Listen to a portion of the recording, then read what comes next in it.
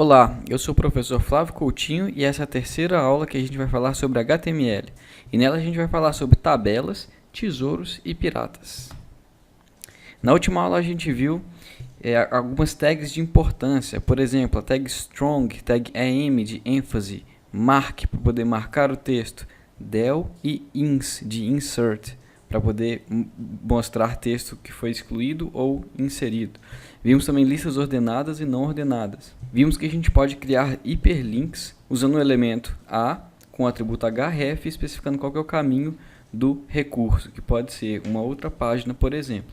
É possível criar um link interno para a página, que a gente viu do exemplo da Wikipedia, em que a gente clicava num link e aí o navegador rolava até lá embaixo, onde ele mostrava as informações disso aí. E isso é feito com o atributo ID. E no hiperlink a gente coloca o atributo href como igual, abre aspas, sinal de tralha, e aí o ID do elemento para onde a gente quer linkar.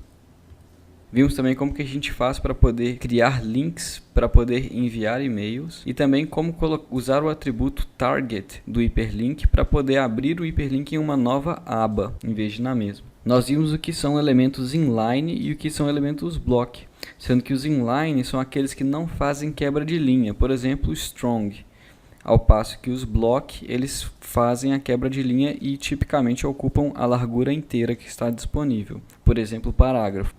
A gente viu o formato de uma regra CSS. Ela é composta por um seletor e um conjunto de declarações. O seletor especifica a que elementos essa regra vai se aplicar. E a declaração é uma propriedade e um valor. Nós vimos que é possível estilizar apenas um elemento em vez de todos os elementos daquela tag, usando o seu ID e um seletor que começa com o símbolo de tralha ou hashtag. E também vimos como colocar bordas e como centralizar imagens.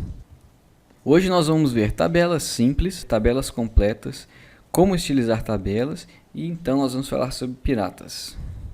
Essa é a tabela que a gente vai chegar a fazer até o final da aula.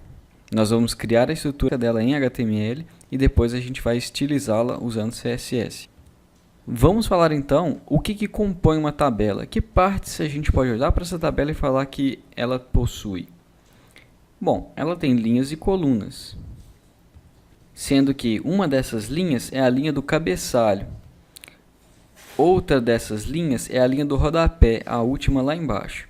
Ela também possui uma legenda. E aí em HTML a gente utiliza as tags para poder indicar esses elementos. Mas quais são essas tags?